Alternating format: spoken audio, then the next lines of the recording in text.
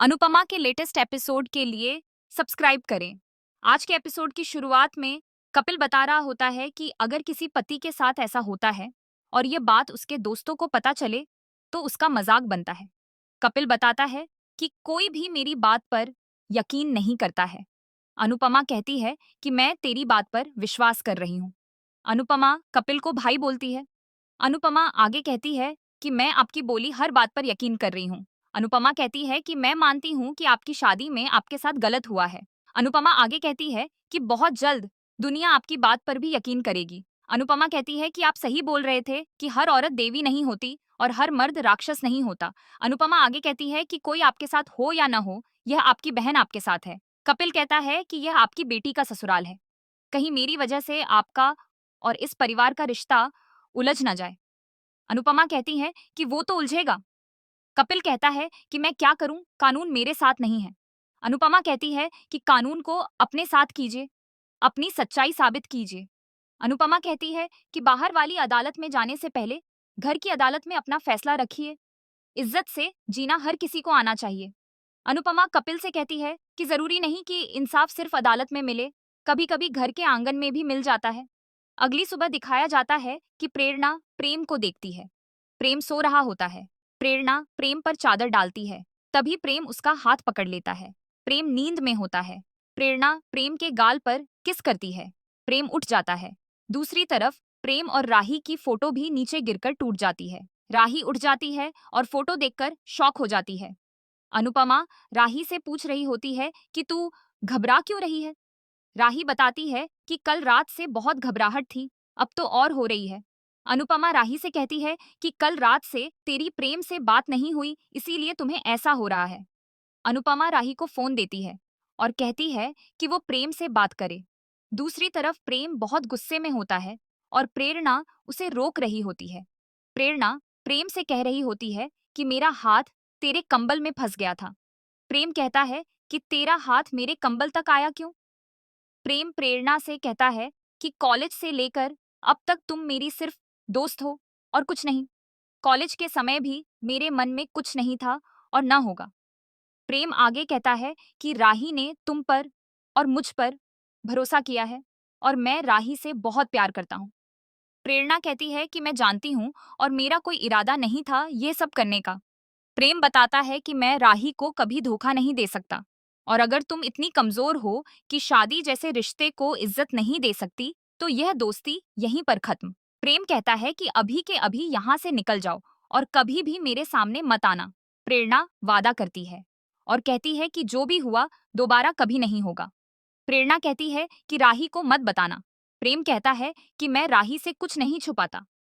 प्रेरणा कहती है कि बहुत मुश्किल से इतने अच्छे लोग मिले हैं, प्लीज किसी को मत बताना।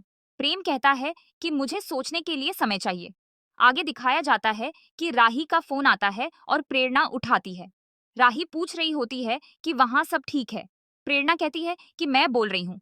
राही पूछती है कि इतनी सुबह सुबह प्रेम का फोन तेरे पास कैसे। राही पूछती है कि वहां सब ठीक है। प्रेरणा कहती है कि हाँ, यहाँ क्या हो सकता है। प्रेरणा कहती है कि प्रेम वॉशरूम गया है, मैंने तुम्हारा फोन देखा तो उठा लिया। राही कहती है कि थैंक गॉड सब सही है। तभी प्रेम आता है और प्रेरणा से फोन लेता है और राही से बात करता है। राही प्रेम से पूछती है कि क्या तुम ठीक हो। प्रेम कहता है कि मैं बिल्कुल ठीक नहीं हूँ, जब मेरी जान इतनी परेशान है तो मैं कैसे ठीक हो सकता हूँ। राही कहती है कि कल रात से बहुत घबराहट हो रही थी और अभी फोटो फ्रेम टूट गया। प्रेम कहता है कि सिर्फ कांच टूटा है, चाहे कुछ भी हो जाए हमारी फोटो कोई नहीं तोड़ सकता। प्रेम राही से कहता है कि हमारा प्यार कांच से नहीं बना, हमारा प्यार बना है तेरे इरादों से, मेरे वादों से, हमारी शादी के मजबूत धागों से। मुझे तुमसे कोई जुदा नहीं कर सकता, अब बस मैं तेरा हूँ। राही खुश हो जाती है।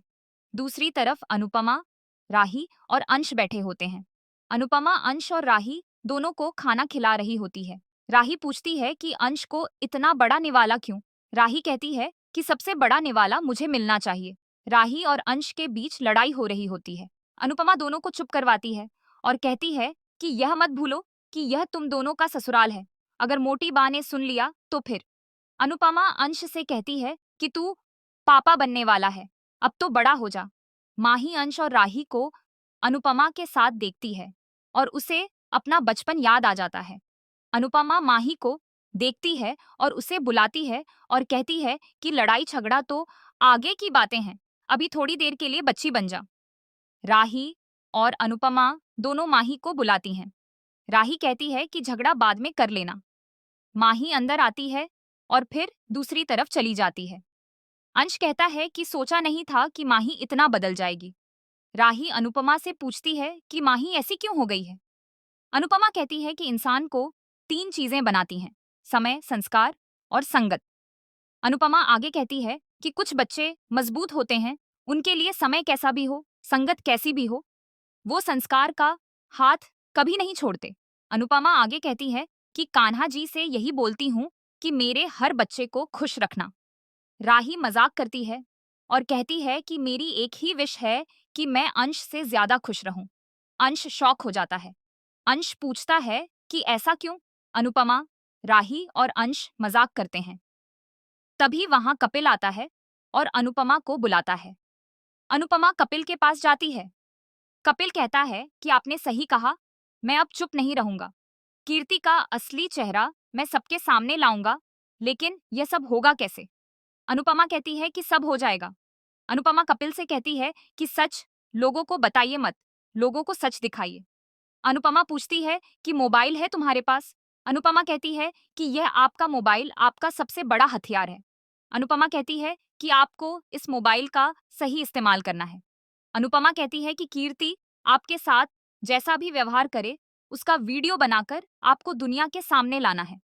आगे दिखाया जाता है कि अनुपमा को जसप्रीत का फोन आता है और अनुपमा कहती है कि मैं कोठारी हाउस में हूँ, बस जल्दी आऊंगी, मुझे भी तुम लोगों की बहुत याद आ रही है। आगे दिखाया जाता है कि एक आदमी कपिल से मिलने आता है। गार्ड बताता है कि यह आदमी कपिल जी से मिलने आया है, कोई इमरजेंसी है। पराग पूछता है कि क्या इमरजेंसी? वह आदमी बताता है कि आपकी माताजी का एक्सीडेंट हो गया है। कपिल और बाकी सब शॉक हो जाते हैं। कपिल पूछता है कि कौन से अस्पताल में हैं? वह आदमी कहता है कि घबराने की जरूरत नहीं है, उन्हें ज्यादा चोट नहीं आई है। कपिल कहता है कि मैं आता हूँ। कीर्ति नाटक करती है और कहती है कि यह क्या हो गया, माताजी को क्या हो गया? कपिल कीर्ति पर चिल्लाता है और कहता है कि बंद करो यह ड्रामा। सब शॉक हो जाते हैं। कपिल कहता है कि आज मेरी माँ की जो हालत है वह तेरी वजह से है। पराग कपिल को रोकता है और कहता है कि माना कि यह आपकी पत्नी है, लेकिन उससे पहले यह मेरी बहन है और भाई के सामने बहन से नरमी से बात करें। कपिल कहता है कि पराग भाई, दुनिया में सिर्फ आपको नहीं, किसी को भी अंदाजा नहीं है कि आपकी बहन क्या है। आज जो भी मेरी माँ के साथ हो रहा है, उसकी जिम्मेदार यह औरत है। इसने मेरी माँ को इतना धमकाया कि वह आश्रम से भाग गई। मोटी बा कहती हैं कि आप दामाद हैं, इसका मतलब ये नहीं कि आप हमारी बेटी पर झूठा इल्जाम लगाएंगे और हम सुन लेंगे। पराग कहता है कि कीर्ति न अकेली है न बेसहारा, कि आप कुछ भी बोलेंगे और वह सुनती रहेगी। आगे कुछ भी कहने से पहले यह याद रखना कि कीर्ति का भाई अभी जिंदा है।